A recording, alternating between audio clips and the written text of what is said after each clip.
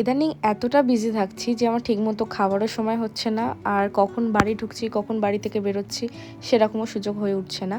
আজকে সকাল থেকে বিশাল বৃষ্টি হচ্ছে, আর আমাকে তাড়াতাড়ি খেয়ে দিয়ে অ্যাজ ইউ নো কোর্টে ঢুকতে হবে। আর তার মাঝে একটু ক্রেভিংসও হচ্ছিল আজকে চকলেট খাওয়ার, তো আমি এই চকলেটটা ক্যারি করি সব সময়, তো একটু একটু খাই আর কাজকর্মের মধ্যে মন বসে। আজকে বাড়ি থেকে ফ্রুটস কেটে নিয়ে গেছিলাম, তো এখানে আমি আম খাচ্ছি।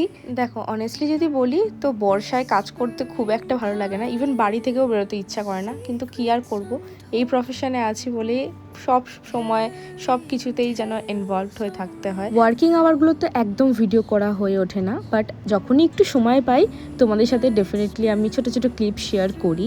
আজকে যেমন বাড়ি ফেরার সময় এত ফুচকা খাবার ক্রেভিং হয়েছিল, তাই রাজভবনের সামনে যে ফুচকা কাকুটা বসে সেখানেই আমি ফুচকা খাই।